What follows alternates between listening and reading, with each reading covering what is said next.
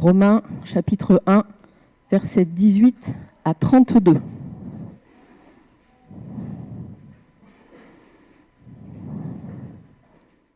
En effet, du haut du ciel, Dieu révèle sa colère contre les hommes qui ne l'honorent pas et ne respectent pas sa volonté.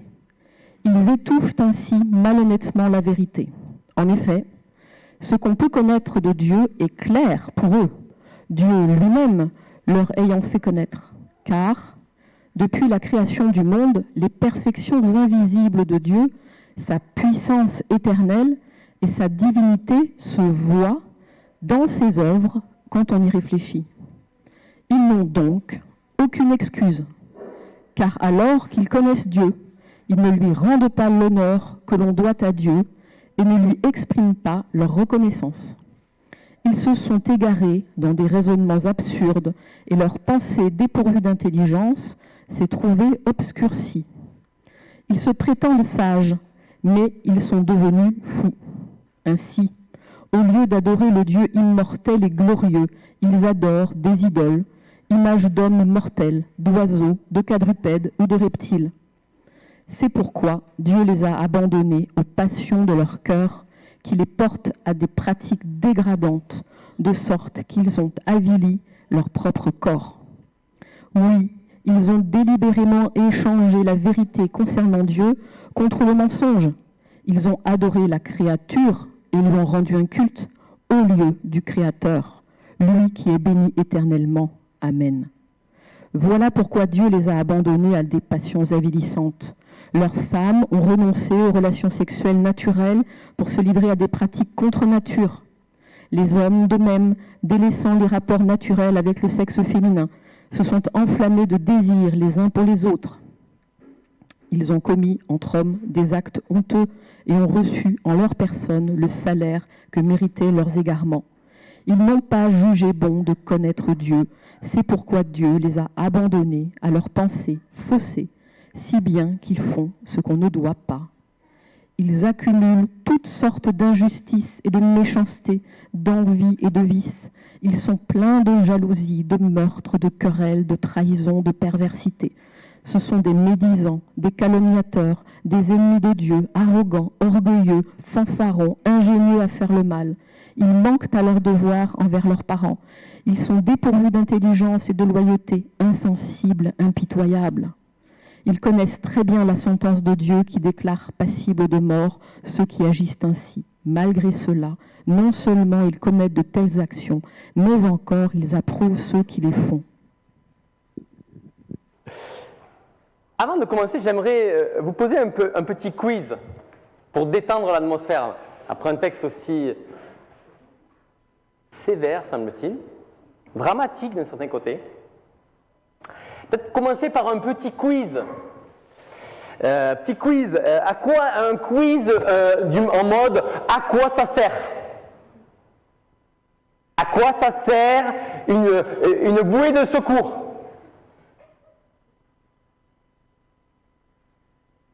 À être sauvé de la noyade. Moi, je vais faire des questions et des réponses, c'est plus facile.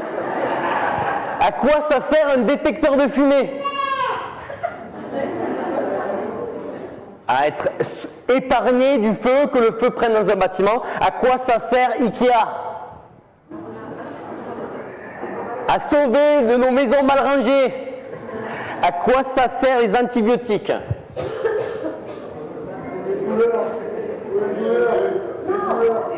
Plus précisément, ça sert à traiter les bactéries et pas les virus.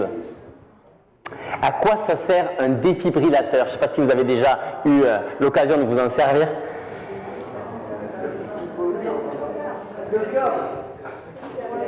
À être sauvé des crises cardiaques. Alors, je ne sais pas si vous étiez là la fois dernière, mais on a pu voir quelque chose d'étonnant. L'évangile, Paul a dit ça au verset juste avant notre lecture de notre texte, c'est une puissance, verset 16, chapitre 1, c'est une puissance par laquelle il sauve. Puissance, c'est même en grec, c'est de la dynamite. La bonne nouvelle de l'évangile, c'est une puissance, pourquoi? Par laquelle il sauve tous ceux qui croient. Mais il sauve de quoi? Parce que, d'ailleurs, le terme sauver, c'est un peu usité, mais s'il nous sauve, c'est qu'il y a un problème. Alors, je ne sais pas vous, dans quelle situation vous vous trouvez ce matin, si vous dites, mais moi, je ne sais pas de quoi j'ai besoin d'être sauvé. Je vais plutôt bien, je m'en sors bien dans ma vie, je ne suis pas un cas désespéré, j'ai réussi mes études, j'ai trouvé un job, la vie me sourit, mais j'ai besoin de rien.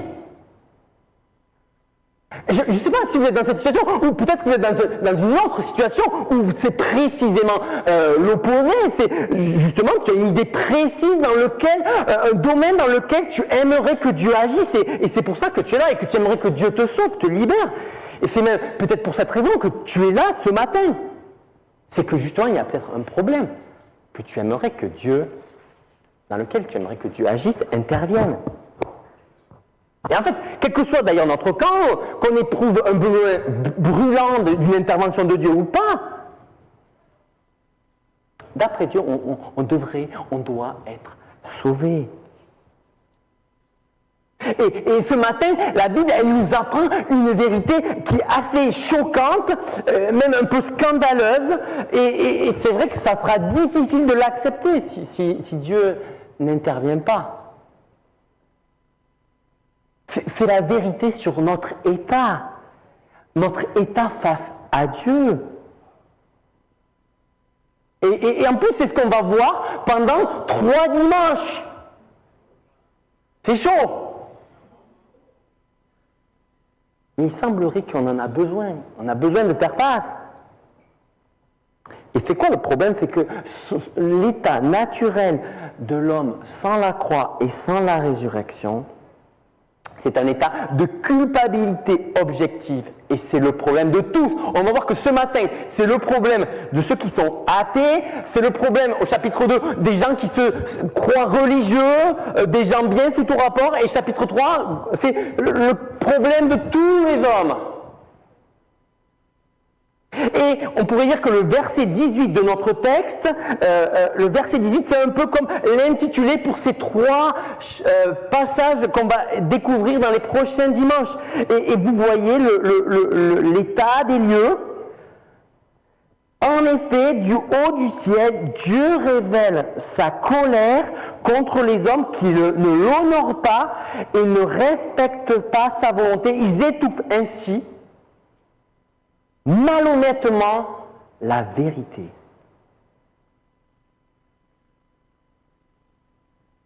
Voilà pourquoi on a besoin de l'Évangile. Parce que la colère de Dieu est là. Alors je ne sais pas si ça vous choque, si ça vous révolte, vous avez peut-être imaginé dans votre imaginaire que Dieu c'était un Dieu d'amour qui a accepté tout et même que ça puisse être impensable qu'il puisse se mettre en colère. Et pourtant ce matin on va voir pourquoi il est en colère, et ça c'est notre première partie, versets 18 à 23. Si vous voulez prendre des notes, vous pouvez en prendre sur le bulletin, la deuxième page, vous avez le plan. Pourquoi il est en colère, ça c'est la première partie de notre texte, et la deuxième partie, comment il est en colère. Mais avant de rentrer dans notre texte, j'aimerais déjà faire une petite précision et pourquoi on devrait en parler. Une précision par rapport à la colère de Dieu. Sans doute, on est tous comme ça, cette expression, elle nous trouble. Pourquoi? Parce que quand on pense à la colère, on pense à nous-mêmes. Et la colère de Dieu, elle n'a rien à voir avec nous-mêmes, avec la nôtre. Vous savez, la colère chez nous, c'est en mode pétage de plomb, irruption complètement irrationnelle d'une frustration. Vous voyez, on n'aura pas besoin, voilà, et vous voyez les responsables politiques qui parfois, ils pètent un plomb, ils font des bras d'honneur, ils font des doigts d'honneur, et après ils sont obligés de s'excuser. Ou notre ancien président qui avait dit « Casse-toi, pauvre !» Vous connaissez voilà, ces éruptions de colère incontrôlées. Et quand on pense à la colère de Dieu, bien évidemment, ça nous paraît impossible. Comment Dieu? Mais Dieu, c'est pas ça. Sa colère, c'est la manifestation simple et légitime et parfaitement maîtrisée de sa juste indignation contre le mal sous toutes ses formes dans notre monde. La même indignation qu'on a face aux crimes, à l'injustice, aux actes intolérables qui sont commis jour après jour dans notre pays et dans le monde. C'est ça la colère que Dieu a. Alors, et pourquoi vous me dites, mais pourquoi on doit en parler? Pourquoi on ne doit pas passer à un autre texte? Ben parce que si on est honnête, si on dit qu'on va prêcher toute la Bible, c'est parce que la Bible en parle. Et si on prétend que la Bible est la parole de Dieu, ben alors il faut y aller. On ne va pas se cacher les choses, on va regarder la vérité en face. Et peut-être parfois dans certaines églises, on a passé le dossier sous le tapis. Mais on doit parler, mes amis, de la colère. Vous savez pourquoi on doit parler de la colère de Dieu? Parce que sans diagnostic précis sur notre état, il n'y a aucun espoir de guérison. Et d'ailleurs, Jésus dira que ce ne sont pas pour les bien portants qu'il est venu, mais c'est pour les malades. Et là, il ne faut pas se faire d'illusions. Ce que Jésus est en train de penser, c'est ceux qui se savent malades. Et on est tous malades. Moi, je me rappellerai toujours, hein, je dis souvent cette expression, mais c'est quand même marquant. Moi, j'ai un de mes cousins qui était jeune et un jour, dans la famille, c'est mes parents qui l'ont vu, il est tombé, puis il s'est relevé. Ils sont allés voir le médecin parce qu'ils se sont demandé qu'est-ce que c'était. C'était assez jeune, hein. Plus en tête l'âge exact, mais c'était au primaire. Ils sont allés consulter, faire des examens, etc. Et puis avec l'idée de revenir pour voir le spécialiste quelques semaines ou mois qui ont suivi. Alors, je ne sais plus exactement le schéma, je n'ai pas pu discuter avec ma tante entre-temps. Mais ma tante, elle m'a dit, mais bon, le dossier, on l'avait laissé courir, on avait fait des examens, et puis au final, il n'y avait pas eu de récidive, donc on n'avait pas trop suivi le dossier. Sauf qu'un jour, de l'hôpital même, ils ont reçu une convocation à venir de toute urgence. De toute urgence. Et en fait, le gars qui a repris le dossier, là, je ne sais pas pourquoi ça avait traîné, je ne me rappelle plus exactement pourquoi, de toute urgence, parce que mon cousin, il avait un souffle au cœur, et en fait, s'il n'était pas traité, il allait mourir. Il fallait faire une opération cardiaque à cœur ouvert. Rapidement. Vous voyez le diagnostic difficile à entendre, mais c'était aussi le premier pas vers la guérison. Sans diagnostic, mes amis, il n'y a aucun espoir de guérison. Nous devons parler de la colère de Dieu car nous devons comprendre de quoi nous devons être sauvés. Et mon cousin a été sauvé. Mais pour ses parents, ça a été difficile à encaisser l'annonce. Mais il y a un troisième point pourquoi on doit parler de la colère de Dieu, parce que sans mesurer la réalité de la gravité de notre état spirituel devant Dieu, il n'y aura aucune reconnaissance vis-à-vis du Sauveur.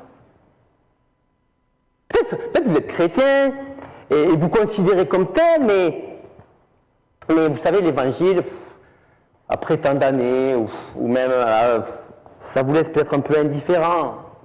Vous n'êtes pas vraiment passionné. Peut-être que vous venez par devoir.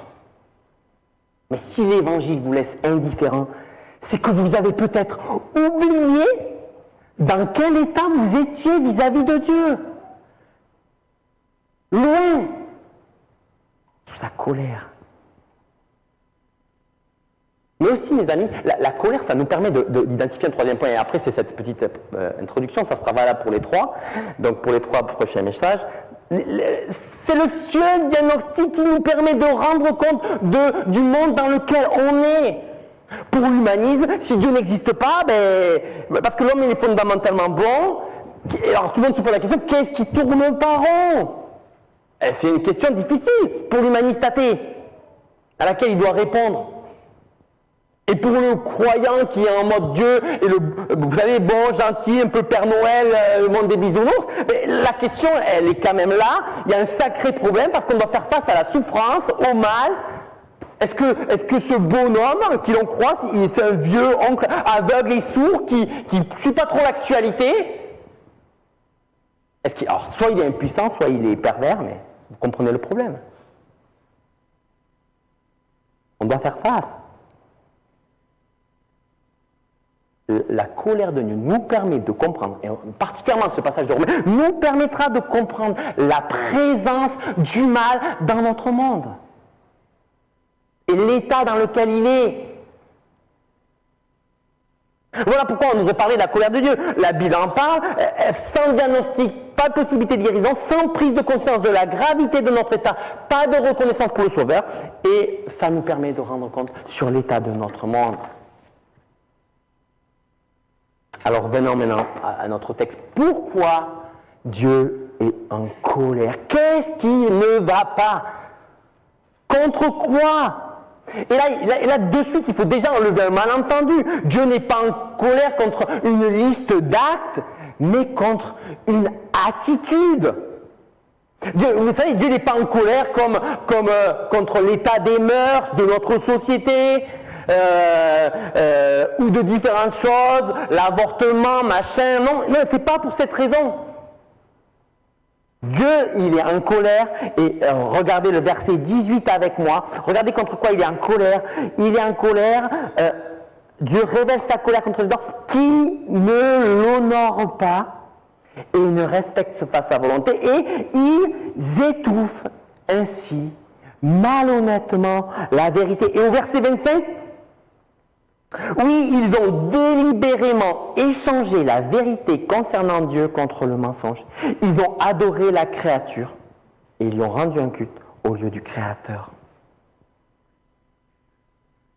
Vous allez me dire, mais comment ils ont étouffé malhonnêtement la vérité?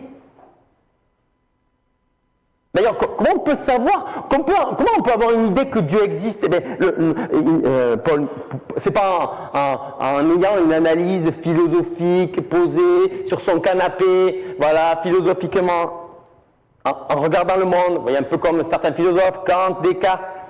Non, il y a une manière plus simple. Regardez comment Dieu s'est rendu accessible. Versets 19 et 20. En effet, ce qu'on peut connaître de Dieu est clair pour eux. Dieu lui-même leur ayant fait connaître, car depuis la création du monde, les perfections invisibles de Dieu, sa puissance éternelle et sa divinité se voient dans ses œuvres quand on y réfléchit. Ils n'ont donc aucune excuse. Mes amis, notre monde, notre univers, ce que nous sommes, les êtres humains, ça devrait nous faire réfléchir, ça devrait nous mettre la puce à l'oreille quant à l'existence de Dieu.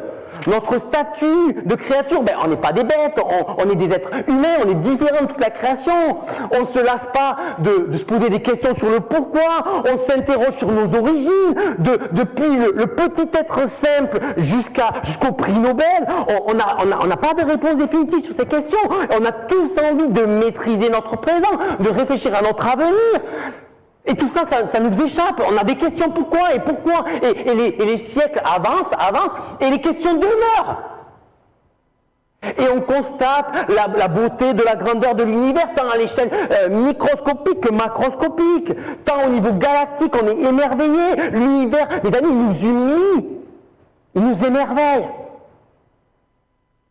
Et d'ailleurs, quelle que soit la vie qu'on a sur Dieu et la religion, on est un peu comme Voltaire. Cet univers m'embarrasse, il a dit je ne puis songer que cette horloge existe sans horloger. Et c'est ce que Paul dit, versets 19 et 20. Mais quelle est la conclusion, mes amis, que les hommes ont fait? Quelle est la conclusion que les hommes ont fait? Et si je pourrais vous citer des dizaines de scientifiques, et je pense à un en particulier que j'aime bien dire, déjà son nom, il écorche la bouche, c'est Trygve Jung. Il est astronome, il est bouddhiste, mais même lui, dans le principe anthropique, pour ceux qui connaissent, il est émerveillé, et il aboutit à ça, il dit, mais quand je vois tout ça, toute cette harmonie, cette beauté, il n'est même pas croyant. C'est difficile de croire que tout est hasard, que rien n'a de sens, que nous sommes là par hasard et que toute cette architecture cosmique est faite par le hasard. Pour ma part, il dit, et il écrit dans un livre, donc il faut qu'il fasse attention quand même, pour ma part, je suis prêt à parier sur l'existence d'un être suprême. Mais quelle est la conclusion auquel tous aboutissent, tous ces phénomènes? Mais il y en a des déistes comme Voltaire, Einstein, ou des croyants comme Newton. Mais pourquoi, à cette cause première, transcendantale, personnelle, pourquoi aujourd'hui nous n'en entendons jamais parler? Pourquoi dans notre classe, si on est à l'école séculière, pourquoi on ne nous parle pas, on ne nous dit pas que peut-être qu'il y a quelque chose plutôt que rien? Vous savez pourquoi, mes amis? Romain, il nous le dit. Ils étouffent ainsi malhonnêtement la vérité. La science n'a jamais prouvé que Dieu n'existait pas. La science ne nous a pas donné un dossier complet, tout bien ficelé, des origines jusqu'à la fin, du pourquoi de notre existence. Bien sûr que non. Il y a même plein de scientifiques qui sont croyants. Mais mes amis, c'est parce qu'il y a un parti pris idéologique et un besoin viscéral des êtres humains de supprimer la vérité. Et la science, elle n'est plus devenue une enquête descriptive, mais un dogme prescriptif. Vous voyez la différence? Et d'ailleurs, une petite anecdote, c'est vachement intéressant. Au moment où les scientifiques ont découvert les réflexions sur l'origine de l'univers et sur sa mort thermique dans les lieux en Allemagne nazie et au communisme Staline, ces personnes qui ont découvert ça, ils ont été pourchassés parce que ça mettait en cause le matérialisme dialectique. Cette idée que la matière est éternelle et infinie, et donc ça posait problème d'imaginer que le Big Bang puisse y avoir un début. Et ils ont été pourchassés. Vous comprenez le parti pris idéologique, le besoin de supprimer la vérité, de ne pas regarder les choses en face. Le problème, mes amis, ce n'est pas une absence de preuves, c'est leur suppression. C'est ce que dit Paul. Ils étouffent malhonnêtement la vérité. Mais vous savez, c'est pas que comme ça qu'on étouffe la vérité. Il y a quelque chose de plus personnel. On peut asphyxier la vérité de manière plus personnelle, et on le voit au verset 21. Alors qu'ils connaissent Dieu, ils ont refusé de lui rendre l'honneur que l'on doit à Dieu et de lui exprimer leur reconnaissance. Ils se sont égarés dans leur raisonnement absurde et leurs pensées dépourvues d'intelligence. Voyez comment on asphyxie, les amis? Par leur absence de reconnaissance. Voilà comment un Français pourrait fonctionner. Il est soigné pour 3 fois rien, mais il trouve qu'il a attendu trop longtemps dans la salle d'attente du médecin. Il part en vacances plus que tous les gens du monde entier, mais il est agacé parce qu'on va tous en vacances au même endroit. Le métro passe tous les 3 minutes. Ça pourrait être tous les 2 minutes. Vous voyez l'attitude fondamentale de l'être humain, ce manque de reconnaissance, cette plainte, il râle, il revendique cette réécriture horrible de la réalité. De grâce qu'on est l'objet, on en devient des droits, des acquis. Alors, tout ce qu'on a, on pense que c'est normal, ce qu'on vit, la vie, l'éducation, la santé, non, on considère que c'est des choses acquises. Et au lieu de rendre gloire à Dieu, d'en être reconnaissant, non, on se tourne vers notre propre gloire. On remplace la vérité par nos propres pensées. Ce manque de reconnaissance, mes amis, c'est pas un petit défaut de caractère, c'est un mécanisme spirituel qui étouffe fondamentalement la vérité. C'est une forme de rébellion subtile mais radicale.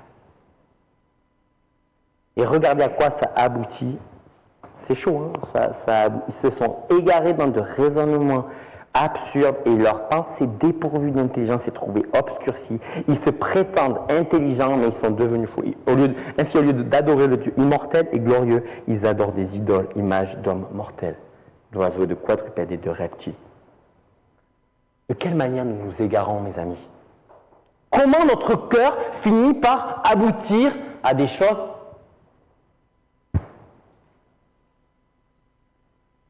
Je ne sais pas si vous êtes parfois posé en vous disant, franchement, ces pauvres gens du passé, c'était vraiment nos ancêtres, ils ne comprenaient rien à rien. Je ne sais pas si ça vous est arrivé.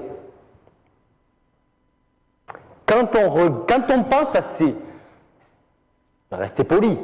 Ils pensaient que la Terre est plate, les autres pensaient que le Soleil tournait autour de la Terre. On rigole quand même. On se moque un peu de tout ça. Alors, regardez ça aussi, à la veille de la guerre de 14-18, il y en a même qui écrivaient, mais la paix mondiale est tout proche, la prospérité est à portée de main. C'était à la veille de 14-18, les écrivains positivistes. Ou au XXe siècle, on vantait les bienfaits du tabac sur la santé. On était ravis, mes amis, d'avoir trouvé l'amiante. C'est le truc, Daniel vous dirait, c'est super génial. L'amiante, ça va permettre de construire des immeubles. C'est top. Et puis on s'est aperçu que c'était pourri. On est obligé de désamianter, ça coûte une fortune. Demandez à Daniel. Ou Touc. Et au milieu du XXe siècle, on a pensé l'agriculture industrielle, ça va permettre une productivité, il n'y aura plus la faim dans le monde.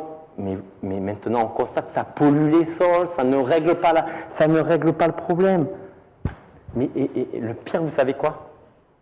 C'est qu'on rigole avec ceux qui nous ont précédés. Et vous pensez qu'il n'y a pas d'autres personnes qui vont rigoler aussi?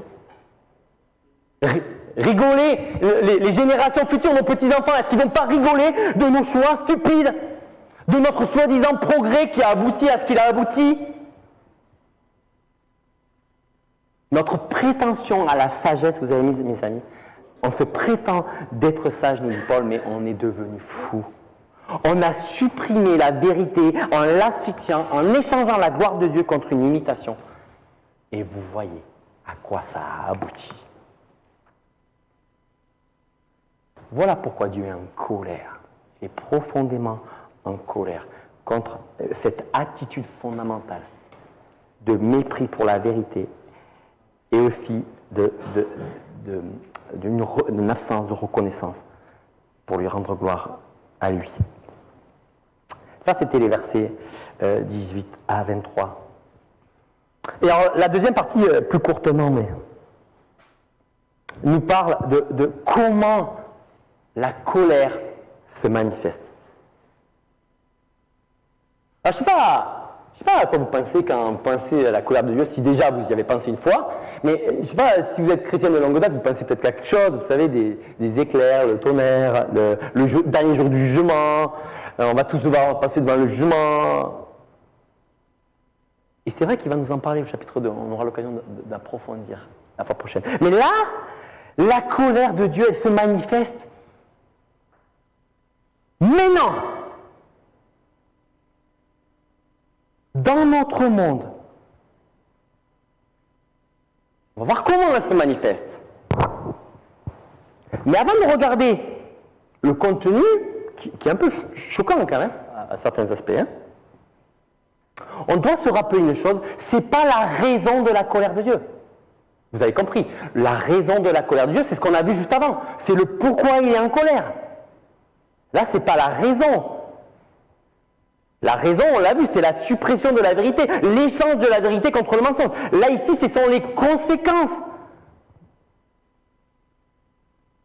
Comment Dieu manifeste sa colère? Et on voit de quelle manière elle se manifeste. À travers les 3 répétitions. C'est pourquoi Dieu les a abandonnés, verset 24, verset 26. C'est pourquoi Dieu les a abandonnés à... Voilà, c'est pourquoi... Verset 28. Ils n'ont pas jugé bon. C'est pourquoi Dieu les a abandonnés à leurs pensées fausses. Dieu les a abandonnés au désir de leur cœur, à des passions déshonorables, à l'intelligence déréglée. Mes amis, comment la colère de Dieu se manifeste? Elle se manifeste parce que Dieu nous livre aux conséquences de nos choix. Et regardez les trois inversions catastrophiques. L'enfer, mes amis, c'est pas les autres, c'est nous et les conséquences de nos choix. Adorer, regardez verset 24 et verset 25, adorer et servir le Créateur au lieu du Créateur. C'est pourquoi Dieu les a abandonnés aux passions de leur cœur, qui les présagent à des pratiques dégradantes, de sorte qu'ils ont avili leur propre corps. Ils ont préféré échanger la vérité concernant Dieu contre le mensonge. Adorer la créature au lieu du Créateur. Voyez la première inversion. Ils sont prosternés devant la créature, des choses créées. Et vous dites, mais moi je ne suis pas religieux, je ne suis pas un adorateur. Qu'est-ce qu'il dit Paul? Mes amis, on est tous des adorateurs. On adore tous quelque chose. D'ailleurs, c'est même passé dans le langage commun, on adore. Ah, j'adore un tel. J'adore le chocolat. Pour moi, j'aime bien, j'adore les bonbons un peu, même si j'essaie de ne pas trop en acheter. Alors on adore ce qu'on veut, le pouvoir d'achat, le sexe, le confort matériel, la réussite de notre couple, de nos enfants, c'est ce qui nous préoccupe tellement. Tel influenceur, tel youtubeur, tel star, tel sportif, tel réseaux sociaux, mon physique. Pas moi, hein. Tel jeu vidéo. Et d'ailleurs, vous savez à quoi on le voit, là, que cette adoration, elle a pris une place, c'est quand on le perd. Comment ça nous bouleverse, comment ça nous détruit. Que ce soit une perte d'un travail, une perte d'un service dans l'église, une perte de santé. On a remplacé l'éternel par l'éphémère. Ce n'est pas le grand remplacement, ce n'est pas la théorie du grand remplacement, mais c'est le remplacement spirituel. Ce qu'on vouait autrefois à Dieu, dit Nietzsche, on le voue aujourd'hui à l'argent ou à d'autres objets. Et on a récolté l'avilissement. On en est réduit à être des consommateurs, on en est réduit à liker, comprenez, et à attendre des likes. Première inversion. Deuxième inversion, verset 26. Voilà pourquoi Dieu les a abandonnés à des passions avilissantes. Leurs femmes ont renoncé aux relations sexuelles naturelles pour se livrer à des pratiques contre nature. Les hommes de même, délaissant les rapports naturels avec le sexe féminin, se sont enflammés de désirs les uns pour les autres. Ils ont commis entre hommes des actes honteux et ont reçu en leur personne le salaire que méritait leur égarement. Mes amis, honnêtement, si c'était moi qui vous disais cela, je pense que objectivement, je pourrais aller en prison. Et c'est pas rigolo. Mais déjà, j'ai une petite précision à dire. L'homosexualité n'est pas mentionnée ici parce que c'est le pire des péchés. D'ailleurs, au passage, au verset 24, il était déjà question de désordre au plan sexuel. Dieu les a abandonnés aux passions de leur cœur qui les portent à des pratiques dégradantes. Et là, quand il est question, c'est des questions sexuelles. Mais le problème, là, c'est des questions sexuelles qui concernent les hétéros.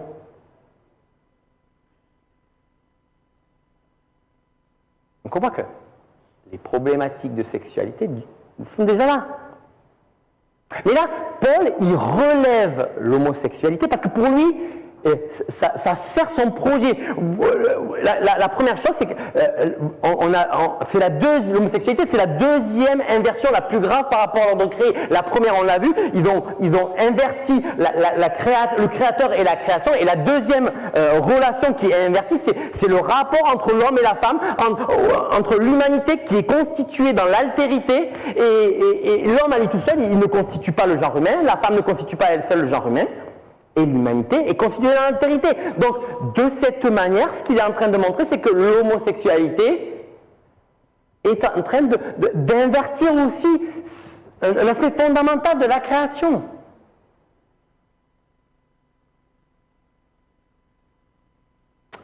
Et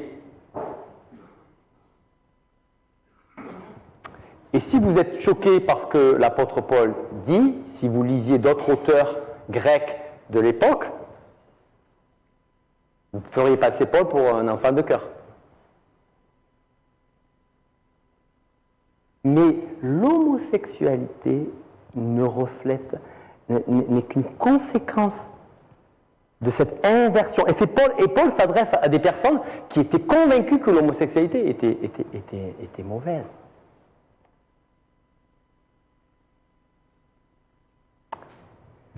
Mais en fait, il s'adresse non pas qu'aux personnes homosexuelles, il s'adresse aussi à tous ceux qui ont abandonné le mariage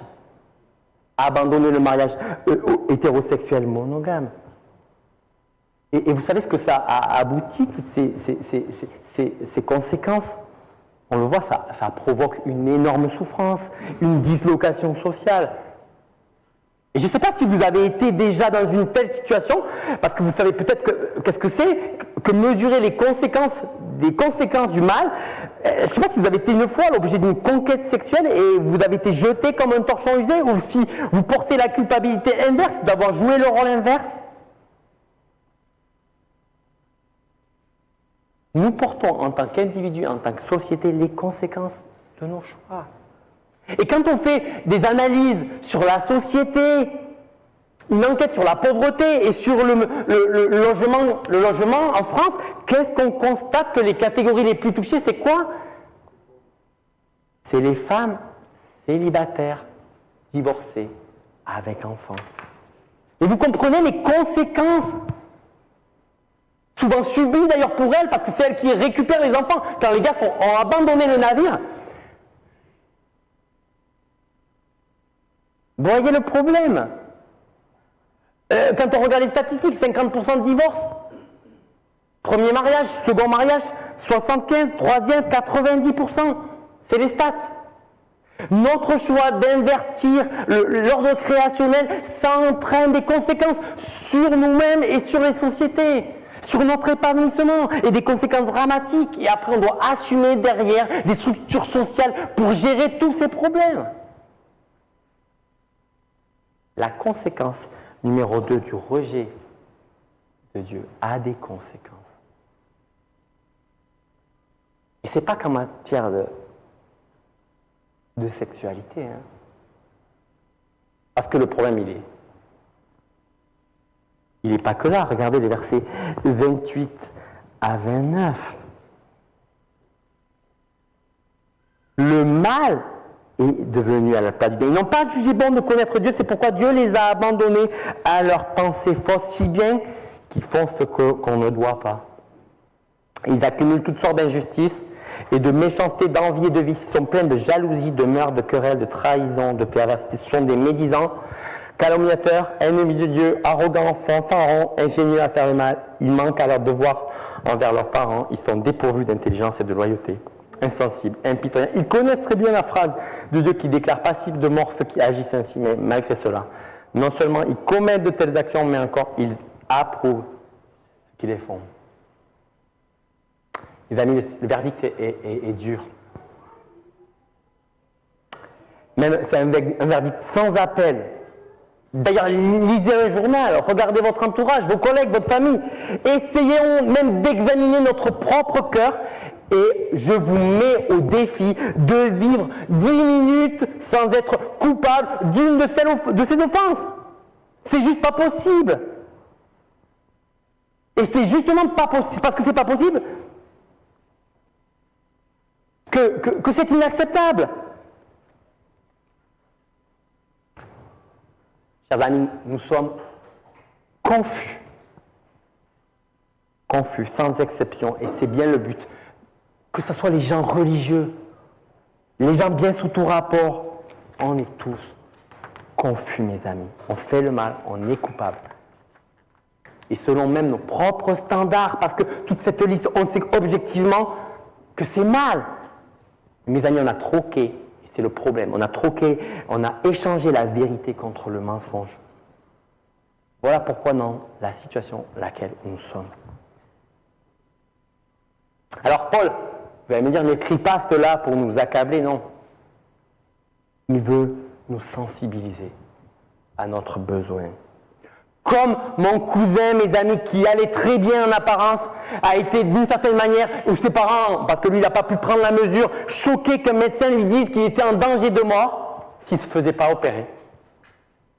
J'espère qu'à cette lecture, à cette écoute de la parole, vous vous rendez compte du problème. Et que vous n'êtes pas en train de vous dire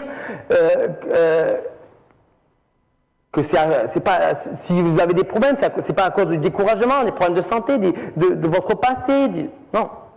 Les amis, on est tous coupables d'une culpabilité objective face à la colère de Dieu.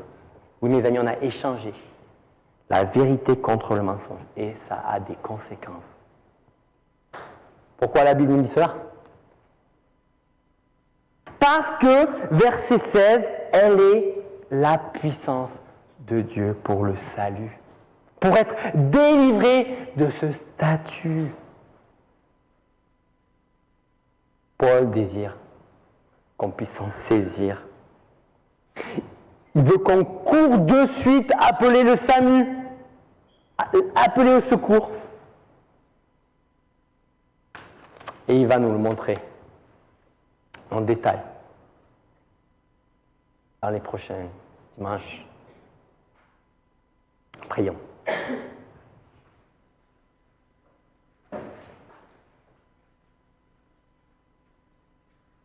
Père éternel, une mauvaise nouvelle n'est jamais agréable à entendre.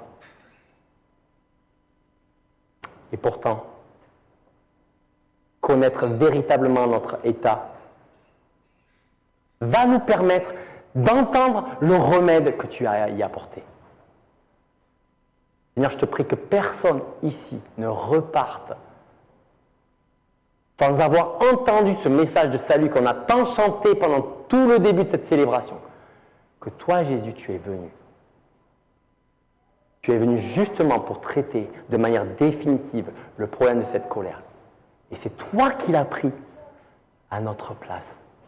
Je prie, Seigneur, que nous puissions prendre la mesure de la situation et des conséquences que ça a causées sur nous-mêmes, sur nos proches et sur notre monde.